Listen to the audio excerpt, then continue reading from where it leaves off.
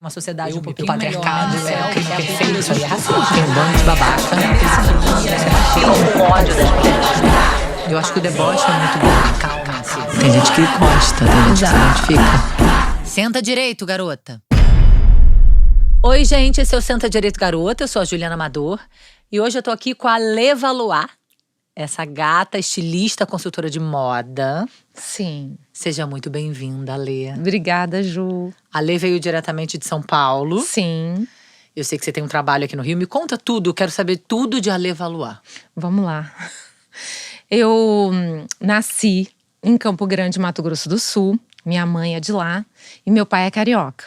Meus pais eram adolescentes. Se conheceram onde? Meu pai era um adolescente, assim, muito problema. Ali na Barão da Torre. Não, na Barão de Ipanema, desculpa. E aí ficava, meu avô levavam para Mato Grosso para ele dar uma acalmada. Ele ficava lá, não, tira do Rio, leva para outra cidade. Sabe essas histórias assim? E aí ele conheceu minha mãe, 2 adolescentes, assim, também muito sem limite. E minha mãe me teve com 16 anos. Eles se casaram, tem fotos deles. Mentira, na eles praia. se casaram? Se casaram ali naquela igreja da Barão de Ipanema, sabe? E aquela… Brincando de casinha. Não. Jovens ricos brincando de De casinha. casinha, tem fotos deles na praia, depois do casamento, aquela coisa. E aí, era aquela… Meu pai queria que eu nascesse lá, para poder, que era uma coisa muito legal, exótica, né? Perto da minha avó, da família da minha mãe. Mas vivia lá e cá. Então, assim, vivi um tempo lá em Campo Grande, mas a maior parte da minha vida aqui no Rio. Então, e é muito interessante, porque eu nunca me senti muito de lá. Sabe, assim, nunca me senti… Mas ao mesmo tempo eu tenho esse cabelo que é da família da minha mãe de lá. E a parte da costura toda também é delas. Que eram minha bisavó, minha avó. Elas eram bordadeiras e costureiras de vestido de noiva, de coisas lindas. E eu vivia, quando estava lá, no meio das máquinas de costura. E aquilo pra mim era o melhor lugar do mundo. Você desde criança se interessou? Muito, eu amava. Fazia roupas de boneca, descobria moldes. Eu amava, era tudo pra mim. E era uma coisa meio Macondo, sabe? 100 Anos de Solidão, de Gabriel Garcia Marques. Tem essa atmosfera lá. E meus pais, muito problema, né? Adolescentes, problema. Eles continuaram casados? Continuaram com 16 casados e se separaram. Eu tinha 14 ou 15 anos, acho que foi mais ou menos, ou menos. Até que duraram muito pra dois jovens, né? Mas era assim, pauleira. Sim. E aí, quando eles se separaram, eu vim morar com meu pai. Meu pai veio pro Rio também, ficou definitivamente aqui. E aí, vim pra cá e morava com meu pai. Morei com meu pai. Você tinha 14? 15, isso, assim, essa idade. E aí, fiquei aqui… morando com ele a maior parte da minha vida e abandonei um pouco isso da costura. Tinha muito eu sou disléxica também, então sou uma criança que precisou de tratamento para escrever. Eu lia muito bem, mas não conseguia escrever de jeito nenhum. Então fiz tudo isso de trabalhos manuais, era uma coisa que era muito incentivada, porque fui uma criança privilegiada, porque eu tenho 54 anos e na minha geração isso não era comum ter esse diagnóstico, né? Então, hiperativa, medicada, as medicações eram outras. Então, é um contexto, assim, de muitas coisas diferentes. Você foi medicada? Medicada, pequenininha. Então, um contexto muito diferente, que eu considero, para as crianças da minha geração. Porque, era uma… Não falava-se sobre isso. Não falava-se. Eu lembro até hoje da minha terapeuta… que era psicopedagoga, ela é viva até hoje, de vez em quando dou um Google nela. E assim, aquela angústia de não conseguir escrever, né? E ser chamada de burra. Então eu sempre fui muito chamada de burra. Porque entender algumas coisas, ler, escrever, colocar os textos no lugar sempre foi um desafio. E a modelagem, a moda, você concretiza muito, né? Então, eu tenho não lembro quando começou isso, a facilidade de olhar sua roupa e saber exatamente como é o molde da sua manga. Eu sei como é a cabeça da manga da blusa que você tá usando, entendeu? E assim, isso é eu sei que isso é raríssimo, Sim. até para quem estuda. É um dom. Um dom. Só que aí, assim, eu me casei muito jovem também. Mas você já nessa época, sei lá, adolescente, jovem, né, com 15 anos, que já tinha essa relação com saber esse trabalho manual e de costura, você já pensava em ser estilista? Já passava pela sua cabeça trabalhar eu tive com várias isso? coisas, né? Primeiro eu dançava balé clássico, então eu queria ser bailarina. Então, meu objetivo de vida era o balé clássico. Só que eu machuquei o joelho, a patela saiu do lugar e naquela época o tratamento era não fazer nada. Então, eu entrei numa super depressão, não recebi o tratamento adequado e o balé acabou pra mim. Caramba, foi traumático. Foi traumático. Então, eu fiquei muito perdida nessa história. Aí, eu já tinha feito curso de corte e costura.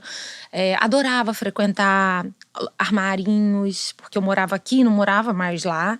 Né? Não estava sempre lá com elas, as Com a sua costureiras. família das costuras. Então, eu adorava frequentar. Sabe esses armarinhos que tem aula de crochê, roda de crochê de senhorinhas do bairro? Eu amava frequentar isso. Então, era uma coisa que eu fazia. Eu era a única jovenzinha do meio, Sim, né? É muito específico, uma coisa que… E eu amava. Pegava as réguas e tudo. Me sentia, achava que eu tava o máximo. E fazia algumas coisas e tal. Só que eu nunca tive facilidade para costurar. Então, aí isso me irritava um pouco. Porque tinha que costurar também. Mas a modelagem, ela fluía. Aí chegou uma hora que eu… Aí praia… Né? Eu sou o verão da lata, né? Então, assim… Verão da lata é muito bom. Eu tava lá. Entendedores entenderão. Eu estava lá. Ela provou da lata. Eu estava lá, peguei lata. Você tava lá? Eu tava lá. Eu tava lá. E aí, assim… É a minha vida, né? Escola, faculdade, bicicleta, Sim, pra cima, pra uma baixo. vida de uma jovem privilegiadíssima. Praia. Do Rio de Janeiro. Isso, a época que Cazuza tava circulando pra lá e pra cá.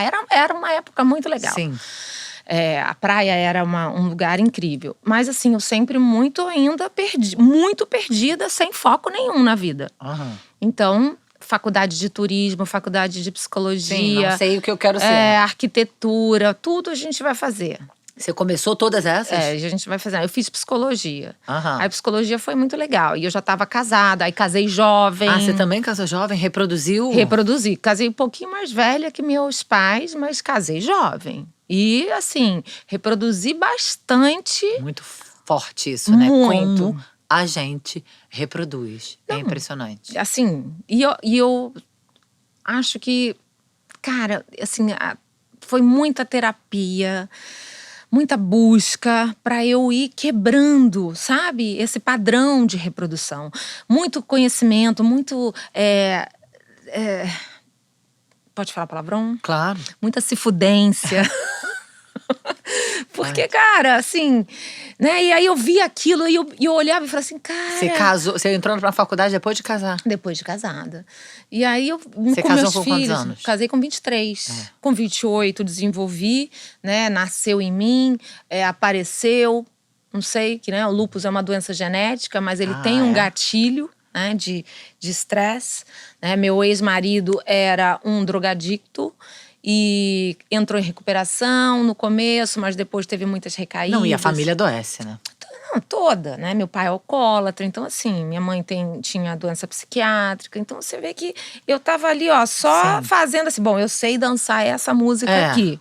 Essas dores são conhecidas, então vou ficar aqui nessas dores. Só que eu não queria. Claro que eu não, era ainda revoltada. Então, porque eu olhava aquilo e falava, cara, olha o que eu tô fazendo. Eu entendia, e eu ficava muito revoltada. E ao mesmo tempo, sempre buscando esses hobbies, que eu chamava de hobbies, a parte da costura, de forma assim, eram terapêutica?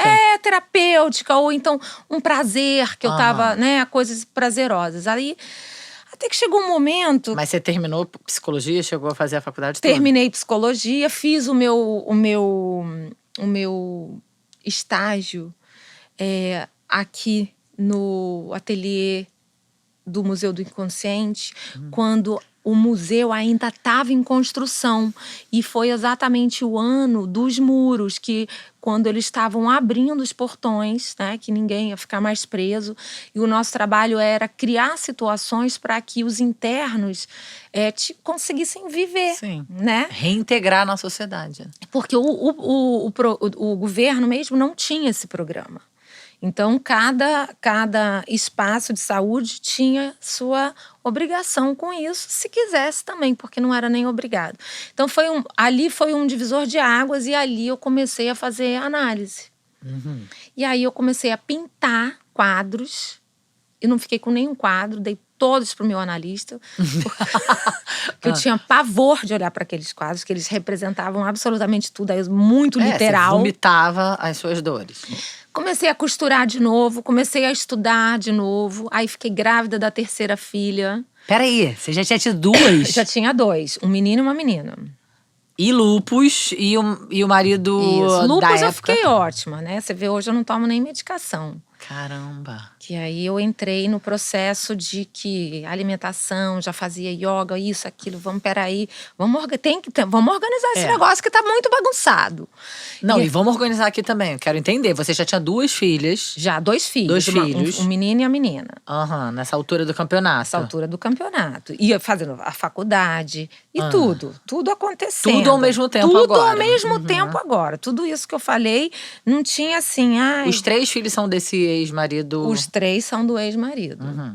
E aí, aquela coisa, eu quero separar, não consegue separar, sabe? Sim. Sabe essa coisa atrelada. Atrelada. Nenhum conhecimento teórico ou alguma mulher Sim. que soubesse… Um exemplo, um né? exemplo de uma mulher feminista… Em nenhum aspecto, Sim. sabe? Um livro, eu nunca tinha acessado um livro, um texto, um vídeo, nada. Mas é muito recente mesmo, a gente tava falando disso aqui. Então eu acho que foi assim, isso eu trazendo para hoje, né? É muito bom todo o conhecimento que a gente experimenta hoje, que as nossas filhas, né? Sim. As nossas meninas que vêm depois da gente experimentam. Eu tenho um prazer enorme, inclusive, em passar isso hoje com o meu trabalho. Então, foram muitas dores.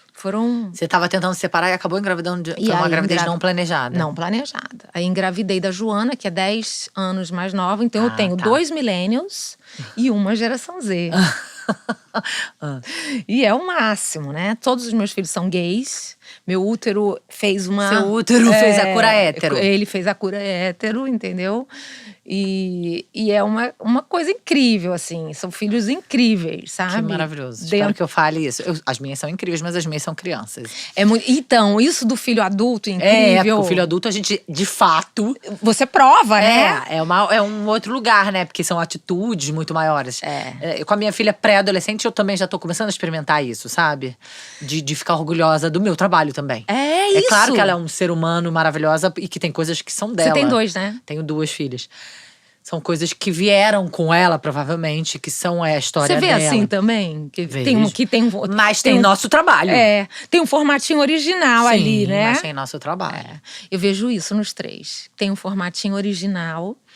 E aí eu acho que eu fui muito dentro desse contexto muito louco e muito difícil pra mim. Muito hostil, você conseguiu ser revolucionária. Consegui. Eu percebo que eu me vi muitas vezes repetindo a minha mãe, e na hora que eu via isso me dava uma dor tão profunda, que eu falava, não, eu preciso. Foi aí que a análise entrou também na minha vida, porque eu fiz várias terapias. Depois dessa fase do balé, eu engordei muito. E aí eu fui fazer um tratamento médico com endócrino, super incrível. Um senhorzinho que parecia um Papai Noel. Só que chegou um momento que eu pagava a consulta, ele deixava a receita de anfepramona na… Que é uma droga pra emagrecer fudida. Eu tive que fazer um tratamento. Ficar drogada, né? Pra parar de tomar. Enlouquece, e eu era uma adolescente, gente. eu tinha 18 anos, tá? É chocante. Não é que eu fui uma mulher adulta. Não, eu tinha 18 anos. Eu, dançava balé todo dia. Sim. Engordei. Falei, E tava deprimida, né? Tava Normal. deprimida, tava mal. Tinha todo aquele contexto. Nessa época, não fazia terapia, né? Meu pai… Morava com meu pai. Era, uma coisa muito… Cara… Ou seja… né? Aí fiz essa terapia e tal. Só que depois eu comecei a perceber que eu precisava de mais. Né? Aí tive uns filhos, aí com os filhos a gente experimenta, né, profundamente as reproduções de tudo que tá aqui. Às vezes você nem sabe que aquela parada tá dentro de você e você atua. A gente se conhece muito através deles, né? Demais. E isso é bem estarrecedor. Muito. E os meus filhos são, assim, pessoas que realmente me movem. São, acho que as únicas pessoas no mundo que têm o poder de me mover num lugar, assim, muito profundo, sem medo. Através deles, eu consigo me mover. Eu vou até chorar. Lindo, mas é lindo mesmo. Sem medo, sabe? Porque eu sou uma pessoa que eu sou muito cautelosa nas minhas relações. Todas. Muito cautelosa. Eu sou amiga, eu sou uma amiga bacana. Esse ano eu comemoro 50 anos de amizade. A gente vai comemorar, eu e a minha amiga. Então, assim, eu tenho muitas amigas de muitos anos. Então, mas assim, alguém que me mova profundamente nas minhas paradas. Nas minhas dores, nas minhas tristezas. Que conhece de verdade cada pedacinho Eles das me nossas luzes movem. e sombras. Não, eles me movem. E aí você conseguiu separar? Você foi ok? Como é que foi? Não, foi um caos. Foi caotiquíssimo, né? Foi assim, um caos. Foi uma relação que eu fui super chifrada, que eu fui negligenciada. Sim, e não foi por falta abusiva e violenta. Muito. E assim, eu sei que o meu ex-marido me amava muito. Não era sobre isso. Era sobre todo o contexto que a gente sabe, mas as questões dele também, que ele também trazia. E eu ali, assim, com medo, porque que família? Pra onde que eu vou correr? Não tenho pra onde correr. Estou desamparada nesse mundo, né? Né? Uma mulher desamparada que precisa de um homem. Era esse meu contexto. Com filhos. Com 3 filhos, O que eu faço? E aí eu comecei... Aí com a análise...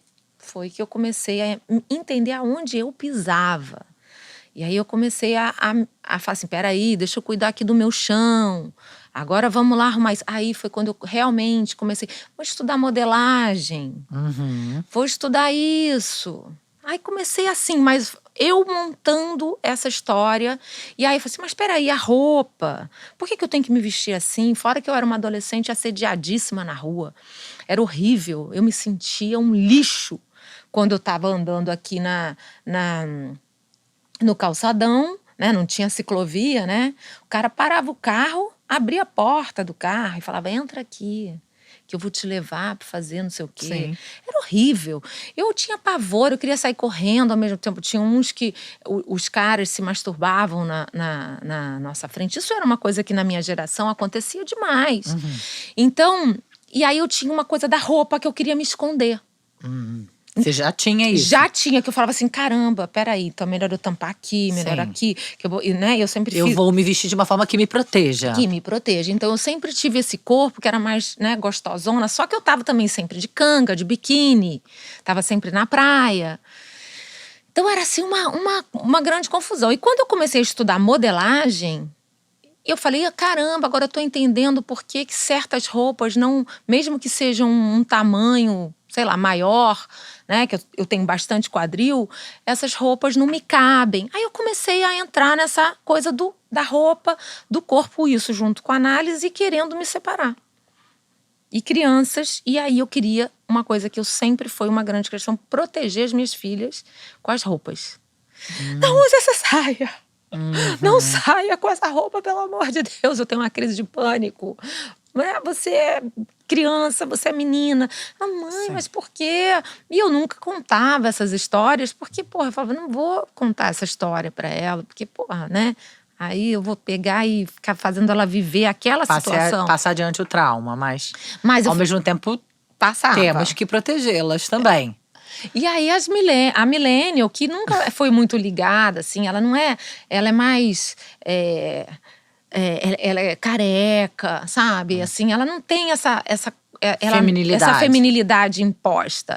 Ela tem uma outra coisa linda. Eles são lindos, sabe? Eu vi, você me mandou o Instagram dele. Eu mandei, é verdade. São lindos mesmo. São Mas lindos. você é linda. Ai, obrigada, Juju.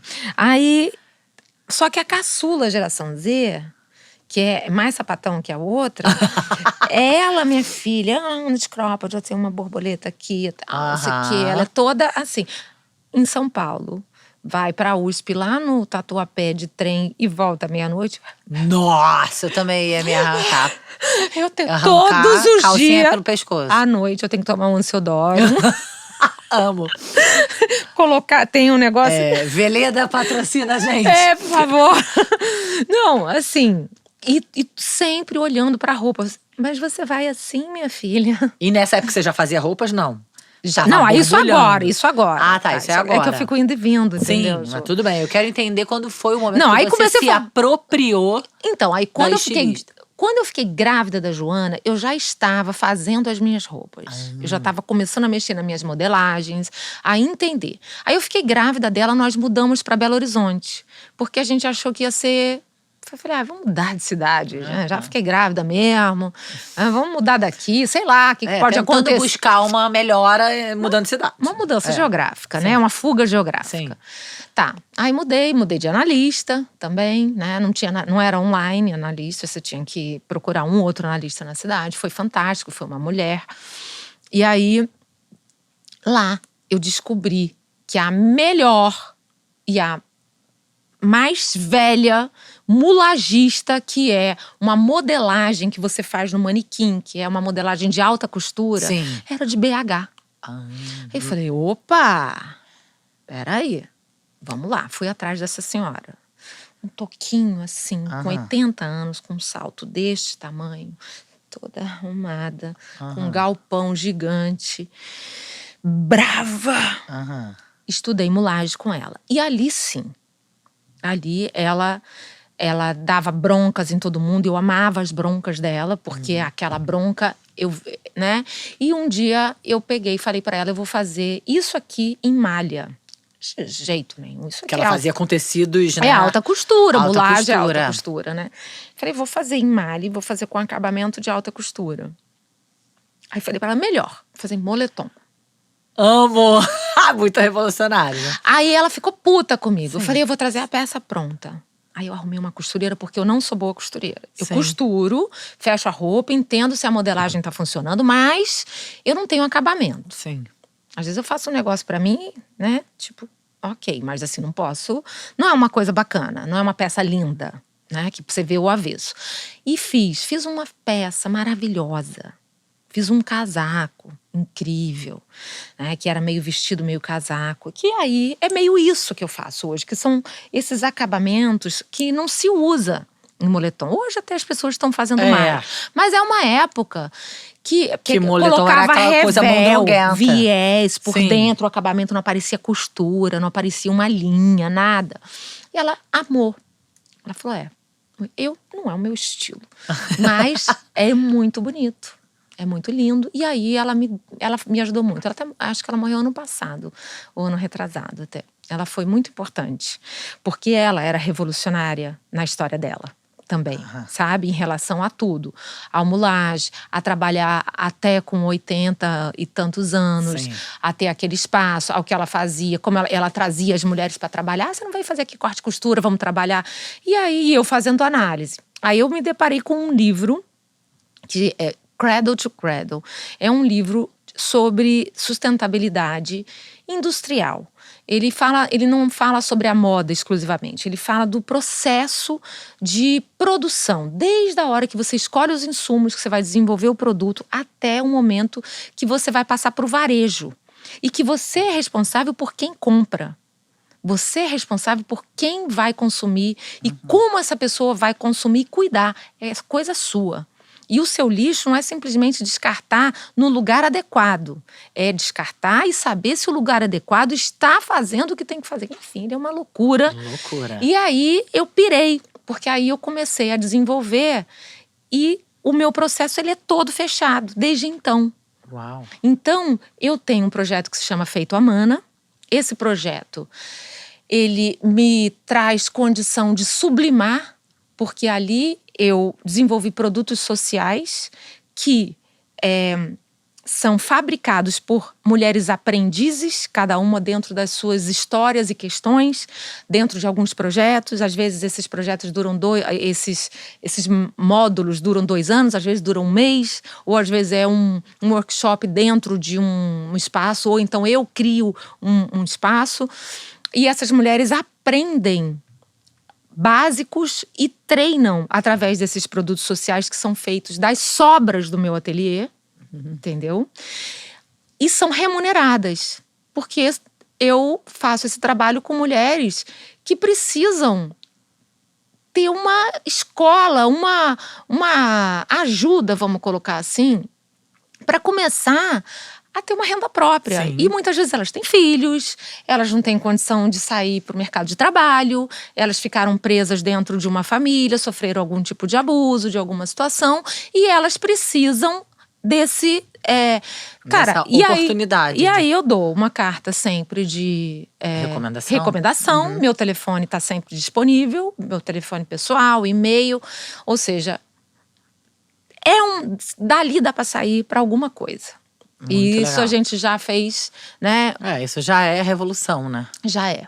E aí, porque eu comecei a entender que eu falei, gente, eu tenho que fazer alguma coisa com esses retalhos. Porque eu comecei a juntar retalho. Eu falei, o que eu vou fazer com isso? Você acabava de produzir a sua roupa e aquilo que sobrava, você ficava agoniada. Você queria dar um fim com propósito. E eu depois E daquele ética, né? livro, eu não conseguia. Depois daquele livro. Ai, Aquele meu Deus. livro- É o tipo de coisa… Não Abrir leia. essa caixa de Pandora, não, gente. Não leia, pelo não amor de leia. Deus. É muita coisa, né? Aí tá. Só que aí era sacolas, né? Aí depois, com a modelagem, eu comecei também a desenvolver modelagens que eu tinha melhor aproveitamento de tecido. Então hoje, por exemplo, tudo que eu faço, né, eu já tenho um olhar. Sim, você já tem uma manha, você já não sobra mais tanto. Já não sobra. Sim, Meu imagino. lixinho hoje é uma coisica linda. Mas você foi parar em São Paulo por quê? Porque eu tava em BH, aí isso tudo acontecendo, né? Sim. Aí eu tava em BH. Em BH eu comecei a desenvolver para algumas marcas, assim, pontualmente. Aí, de vez em quando, eu fazia uns eventos na minha casa, na minha sala. Tipo, vou fazer aqui. Fazia loungewear, numa época que o loungewear começou, que era uma roupa que você usa… Sim, né? na vida. Na vida. E aí vendia tudo. Um sábado, começa tal hora, chamava garçom, vamos beber, vai ficar até 1h da manhã, e bebe, compra, veste, experimenta. Era super divertido, mas era uma coisa muito íntima, não era profissional. Aí eu comecei a falar assim, vamos profissionalizar, né? E ao mesmo tempo atendendo marcas. E o que me dava grana era atender marcas. Aí eu me separei. Mas você atendia as marcas e fazia o quê? Ensinava? Desenvolvia. Desenvolvia modelo. Tipo, tem um desfile. Tá. Porque aí eu comecei a ser muito a boa da modelagem. Sim, aprendeu com a senhorinha lá da… Isso, então, tem uma modelagem, essas peças aqui, então a Lê vai fazer essas peças aqui, entendeu? Tipo, essa aqui a modelista não tá dando conta, vamos fazer, ou então vamos fazer um pacote assim. Sim, com a Lê. Ou então vamos desenvolver uma coleçãozinha. E aí a conseguiu pessoa uma assinar. mínima emancipação financeira pra se separar do seu… Exatamente, mínima. Era mínima mesmo. Só que aí entrou o mercado da China também. E aí isso deu uma bagunçada em tudo. Eu separada, né? Não vou comentar muito sobre essa separação, porque, né? É uma separação clássica que todas as mulheres que se separam conhecem, a maioria. Então, assim, foi difícil pra cacete, Sim. sabe? Com 3 filhos. Imagino. Foi um caos.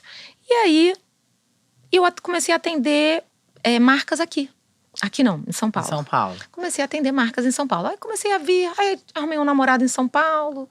Aí facilitava, um cara que tinha também contatos legais de marcas. E eu comecei a trabalhar bastante em São Paulo. Falei, meu irmão, quer saber? Eu falei, sai daqui de Belo Horizonte. Não quero mais saber desse lugar, vou embora daqui.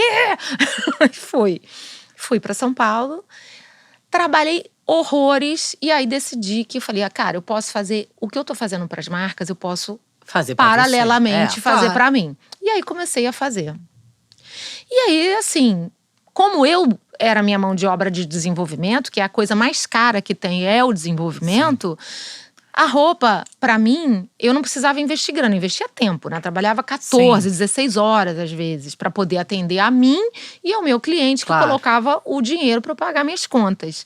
Então… E aí começou, aí eu tinha uma insegurança, fiz 2 pequenas sociedades que não duraram muito, porque eu falei assim, ai, cara, não é isso, sabe? Dava tudo errado, eu falava, não queria, não dou conta. Não dava conta de lidar com a ignorância das pessoas em relação ao que eu sabia do desenvolvimento, ao que eu queria, porque minha cabeça vai… Na verdade, às vezes a gente busca… Eu tô falando de mim também, tá? É uma parceria com medo de fazer sozinha. Total! E no fundo é pra ir. Era exatamente isso, Ju. Era exatamente isso. Eu tava simplesmente usando como bengala. Sabe? Porque eu não tinha coragem de meter o pé. Porque quando é só a gente, é só a gente. É só a gente. Aí, depois da segunda, eu falei, meu irmão, quer saber? Tô aqui. Sou eu que tô fazendo mesmo. Aí eu parei as consultorias, parei tudo. Falei, eu vou meter… Hoje eu ainda dou consultorias para marcas, principalmente essa questão da sustentabilidade, que as pessoas hoje querem o selo, né? Mas elas não sabem exatamente o que fazer. Então, hoje eu tenho, por exemplo, um projeto para você poder desenvolver que seja de verdade. E não é difícil. Mas você precisa saber fazer isso de maneira correta. Porque senão você vai ficar batendo cabeça e não vai fazer. Outra coisa são meus insumos. Há muito tempo, antes de mudar para São Paulo, eu sempre comprei sobras. Sobra de tecelagem, o lixo, aquilo que não quer. A marca tal não quer isso, porque tinha um nozinho no tear. Porque o Pantone tá um acima, um abaixo. Então, toneladas de tecido descartado, porque o Pantone tá piriri pororó, entendeu? E eu sempre comprei isso. Imagina, vamos lá. Vamos pegar o que existe. Porque pra mim, o que eu entendo, não tem nada mais sustentável do que já existe. Eu sou contra a reciclagem, tá? Isso é uma polêmica, eu sei que as pessoas vão achar um absurdo. Mas quando você vai reciclar tecido de pet, gente, que maravilhoso. Péssimo. Faça casa de pet. Pega o pet, reutiliza aquilo. Mas, gente, não coloca aquilo numa indústria pra transformar em fio. Entende? Você está gerando outros problemas. Então, eu sou uma pessoa que utiliza tudo o que já existe. Então, meu ateliê é assim, morreu a dona Mariazinha, que tem aquele armarinho há 80 anos. Lá vou eu. Ninguém quer aquele monte de botão velho, aquele não sei o quê, tá. Vou lá. Entendeu? E eu tenho coisas lindíssimas. Rendas, botões de cristal. Anos 40, 30. Então é uma moda política. Totalmente política. E aí, junto com isso, quando eu mudei pra cá, pra São Paulo… pra São Paulo. Pra São Paulo. Pra cá é São Paulo, tá? Quando eu falar. Estamos no Rio de Janeiro, mas ela… Quando eu falo pra cá é São Paulo. São Paulo é uma cidade que eu considero muito politizada, né? Eu tava hoje conversando com o Uber, ele falando de São Paulo, Rio. Eu falei, cara, eu acho que a gente vive uma grande questão política, né? Socioeconômica, que estamos todos na merda. Sendo que cada região, cada lugar, e falando só do Brasil, tem uma performance de violência, de pobreza, de tudo, né? De machismo, de descaso, de miséria. Então, eu falei pra ele, São Paulo é um lugar que é muito diferente daqui. Mas se você colocar em quantidade, nível de problema, eu acho que… Provavelmente se equipara. Só que são diferentes. Ali, realmente, eu comecei a ter contato com muitos ativistas. Da moda? Não. Nada da moda. Nada da moda. E aí eu comecei a não conseguir estar na moda. Eu não tenho saco pra moda. Eu não tenho saco, por exemplo, pra semana de moda. Eu não tenho saco pra… a maioria dos estilistas reconhecidos no mundo e no Brasil, na moda brasileira, são homens. São homens. Entendeu? Então, assim, a mulher não tem reconhecimento. A mulher é o tempo todo olhada assim, né? Na moda. Então, uma mulher que ainda vem com uma bandeira dessa, da sustentabilidade sobre os insumos, que, lixo, não fala lixo que é feio. Não fala reutilizar, que é tipo assim, parece que é reciclagem de carroça. Então, é nesse lugar que sempre eu fui olhada. Né? Os olhares vêm pra mim nessa. Ou então, nossa, muito bacana isso que você faz. Sabe? Mas não valorizado, Sim. sem reconhecimento de verdade. Então, eu falo assim, então, ok. E junto com isso, a questão do corpo da mulher. Então, eu faço roupa para mulheres do sexo feminino. Por quê? Porque desenvolver… você tem que fazer roupa sem gênero. Não, desculpa. Eu sou uma desenvolvedora de modelagem. A modelagem para o sexo feminino já é uma diversidade absurda. Absurda. Eu faço hoje, isso não era assim, mas hoje eu faço sob demanda. Porque você vai falar, Lê, eu gostei desse vestido. Beleza. Ju, qual a sua altura? Você sabe, você tem condição de se medir? Sim. Não, mas você usa, por exemplo, seu top, sei lá, seu biquíni, que é o que dá para ter mais parâmetro, que tamanho?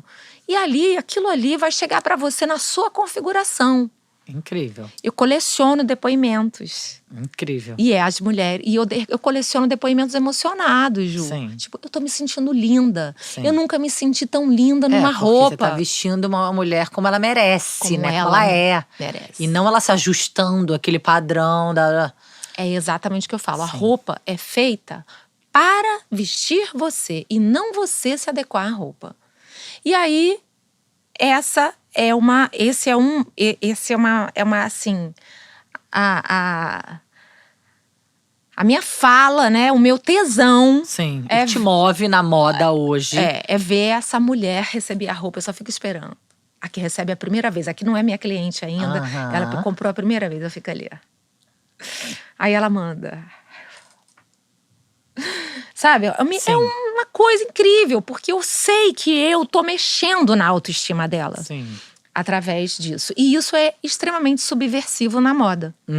Sim. Entende? Ainda mais assim, mulheres sempre se vestem pra ficar desconfortáveis, pra agradar os homens, né? É muito difícil uma mulher se vestir pra ela ficar bem. Exatamente. E é uma coisa que eu falo, a moda, ela foi… inventada, né? Vamos colocar assim. Primeiro, para segregar socialmente, para dividir as classes sociais.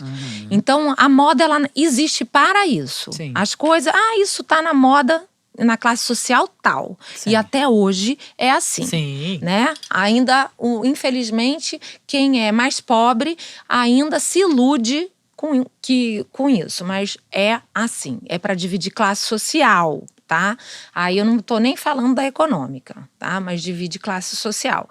A outra questão das mulheres, né? Eu estudo… de se vestir desconfortavelmente, isso. Que a gente tava falando sobre isso. E aí, esse tesão de estudar modelagem, eu comecei a estudar modelagem de todas as regiões do mundo que você puder imaginar. Eu tô sempre estudando. Eu amo. Por quê? Através da modelagem, você entende… cada roupa tem um tipo de estrutura, que a gente chama de base, que é a proporção da roupa. Então, cada lugar do mundo desenvolve uma proporção, essa base. A partir daquela base, saem os modelos das roupas. Então, o que envolve? Envolve política, envolve o clima, Sim. envolve a classe social, sendo que existe uma base única dentro, por exemplo, de um país. Vamos colocar lá o Japão. Só que aí tem as variações para as classes sociais. Né? Por exemplo, as mulheres que vestem burca. O que fica embaixo da burca? O que veste essas mulheres? É uma roupa que prende elas.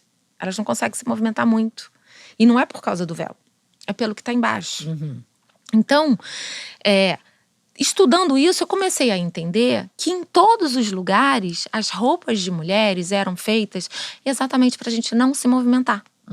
Pra gente não correr. Nossa, aquele Met Gala. Gente, é chocante. É chocante. É chocante. Eu sei que talvez seja essa a intenção, mas é chocante. Esse último… Aí até teve um meme ótimo, que era eu julgando as roupas do Met Gala. Era eu de moletom, toda errada. Tipo, em casa, de Havaianas e meia. Eu vi! muito bom esse meme, É né? maravilhoso. Porque é isso, e eram umas roupas bizarras, gigantescas. Uma que a mulher não podia andar, ela só andava se um homem carregasse a cauda dela. Não, e os passinhos? Não, é muito louco. Os pés daquelas mulheres chinesas É muito louco. que são, É. né? Então é isso. E que é a mesma coisa. Ai, mas ali no Met Gala, isso é uma… Sim. Como é que eu ouvi É esse performance, ano? talvez? Não, eu ouvi esse ano que isso era uma denúncia. Meu irmão, na moral, que denúncia? Isso não é denúncia nunca. Não tá sendo bem feita, não. A gente não tá entendendo, não. Não, denúncia é a mulher chegar lá, É. amarradona, numa roupa super confortável, sabe? E livre. Livre pra andar. Isso pra mim é denúncia. Isso pra mim é mostrar que, assim, eu não tô de acordo com isso, não. Então, tipo, uma roupa que você tem que ficar 3 dias sem comer pra caber na roupa, pra ela vestir bem. Sim. Ou que você tem que fazer uma mini lipo Sim. pra vestir bem. Ou que, sei lá, você tem que esconder não sei o quê, porque isso não é bonito em você. Porque você tem esse negocinho aqui. Então, Com esse seu estudo, você começou a querer fazer uma moda feminista. Exatamente. Aí começou, aí a Alessandra veio. E aí eu comecei a ler.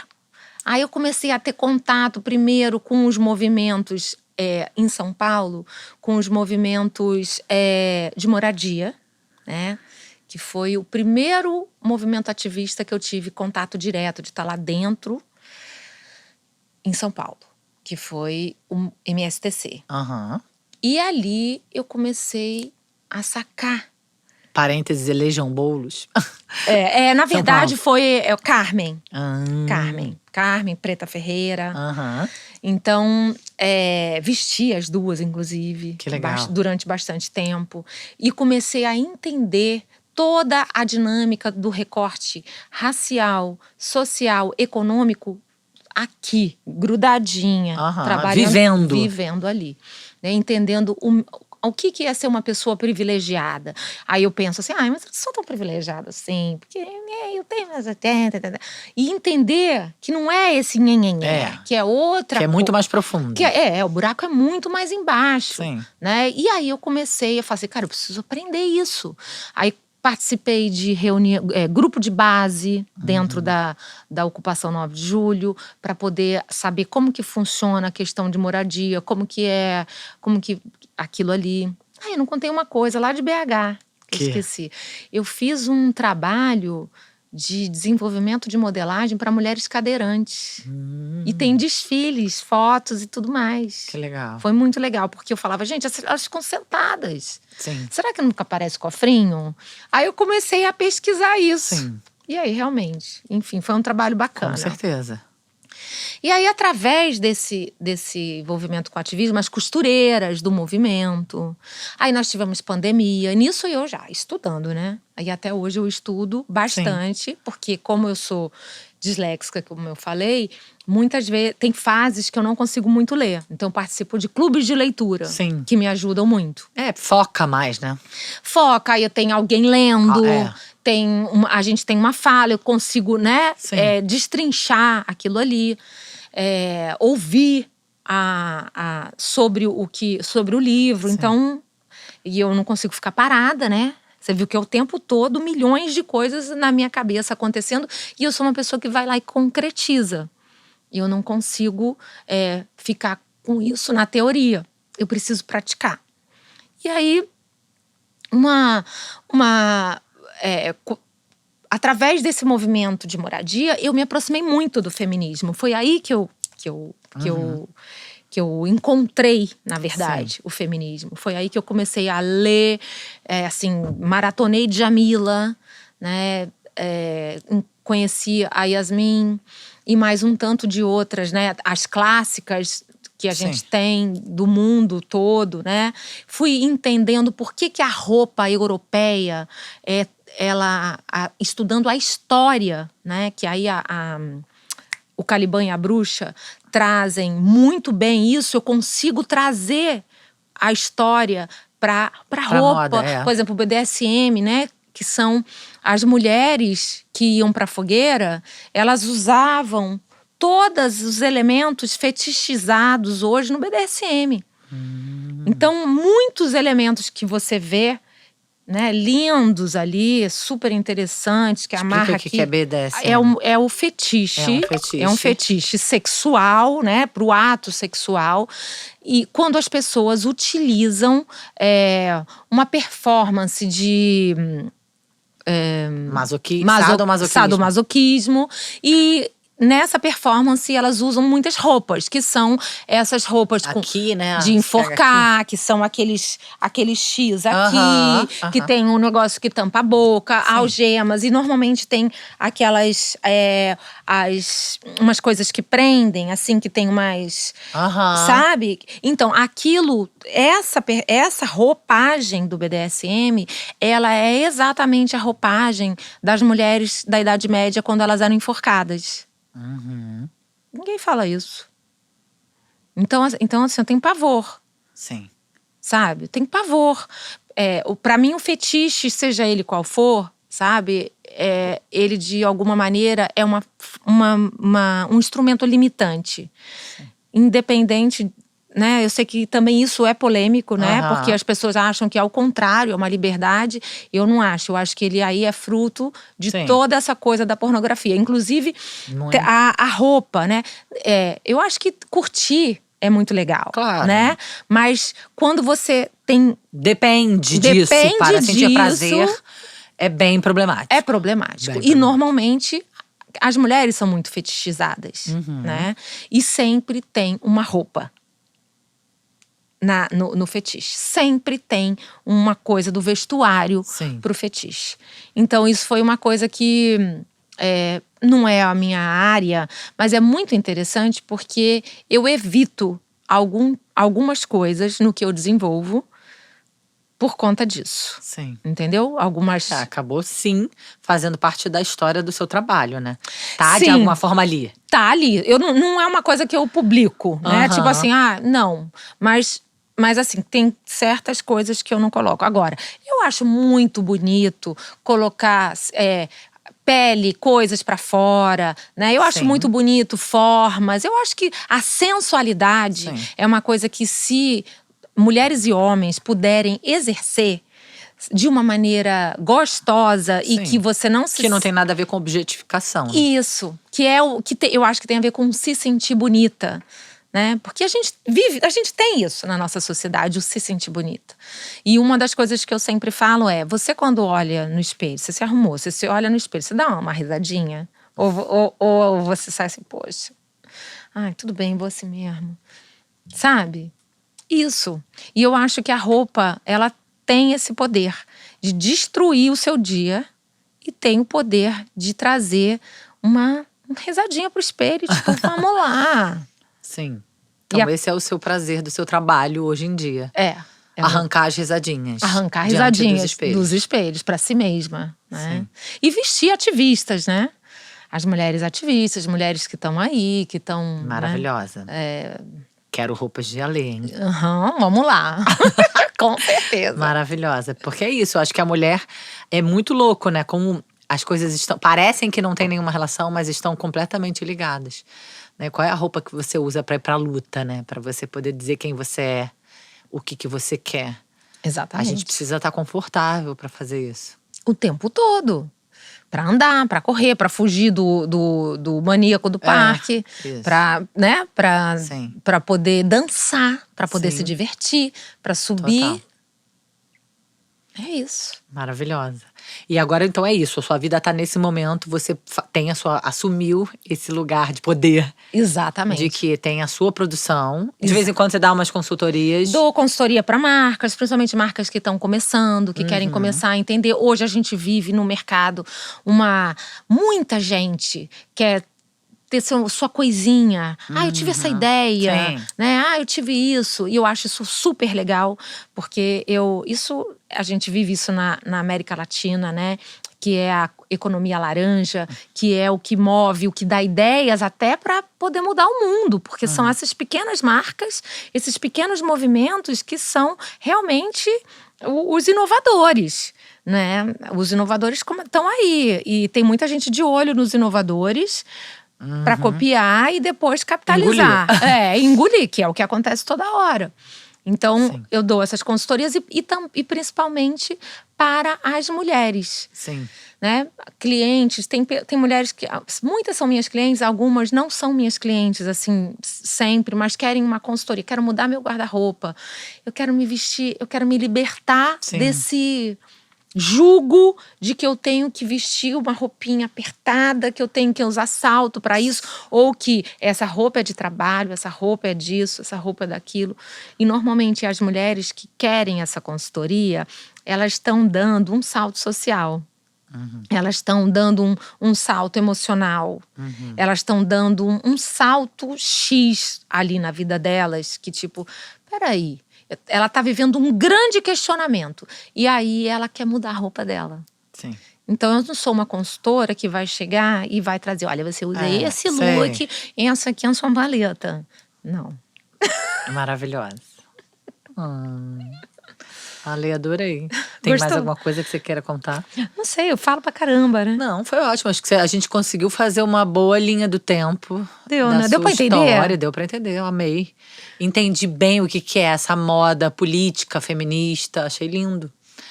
E eu mesma, eu acho que sou uma pessoa que nunca me interessei muito por moda. Porque tem essa coisa, né? Parece que é um universo… E esvaziado, sei lá, todo mundo muito lindo, tudo muito superficial. Cool. E mulheres magrelas.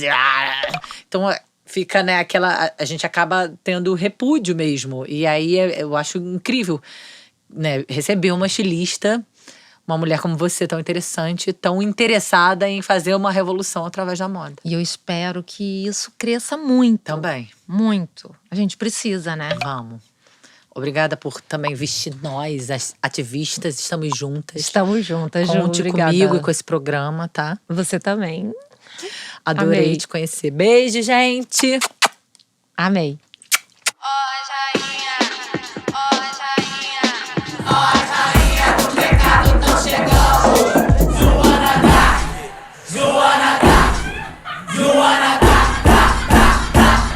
Senta direito, garota.